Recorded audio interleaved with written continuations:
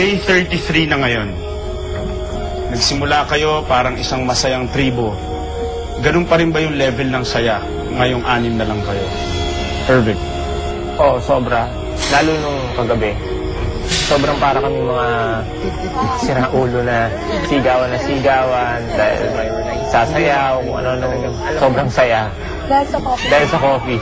Dahil sa coffee.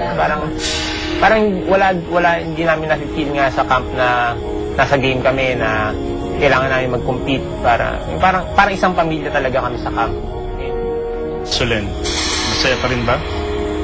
Yeah, I'm really happy. I don't think a lot of people thought I'd go this far, including friends and family back at home. So, in your face. But yeah, I'm really happy I'm here. May pagdududa ba dito sa One Big Happy Family na grupo na ito? Kayo po, Nanay Elma. Siyempre, hindi naman maiwasan, hindi naman ako plastic. Talagang kunyari lang yan, pero siyempre, darating yung araw yan na sila na rin yan. Magtitiraan na rin yan. For you, Aubrey?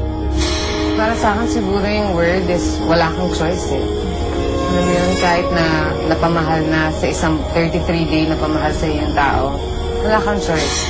Kaya din ako naiiyak kasi parang hindi naman ako nag-vote out ng friend sa totoong buhay eh. Dito parang ang hirap. Gusto mong i-vote out yung hindi mo friend pero hindi pwede. Vote out mo yung friend mo o yung alliance mo. Mahirap. Mahirap. Kaya, pero wala kang choice. No choice. Yun sa akin, the right word is you have no choice.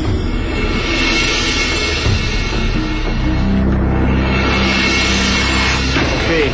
Handa na ba kayong bumoto? Hindi. It's time to vote. Aki, pwede mong ibigay ang immunity necklace mo sa ibang tao. You'll keep it. First up, Moy.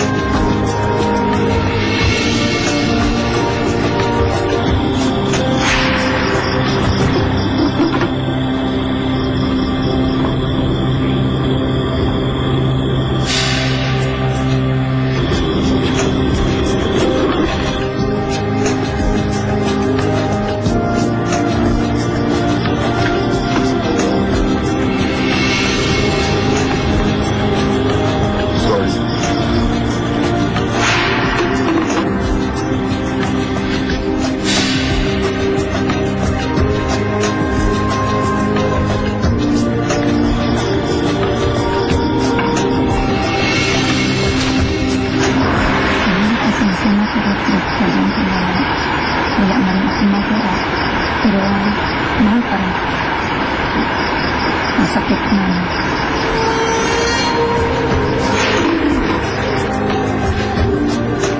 Bibilangin ko lang inyong boto.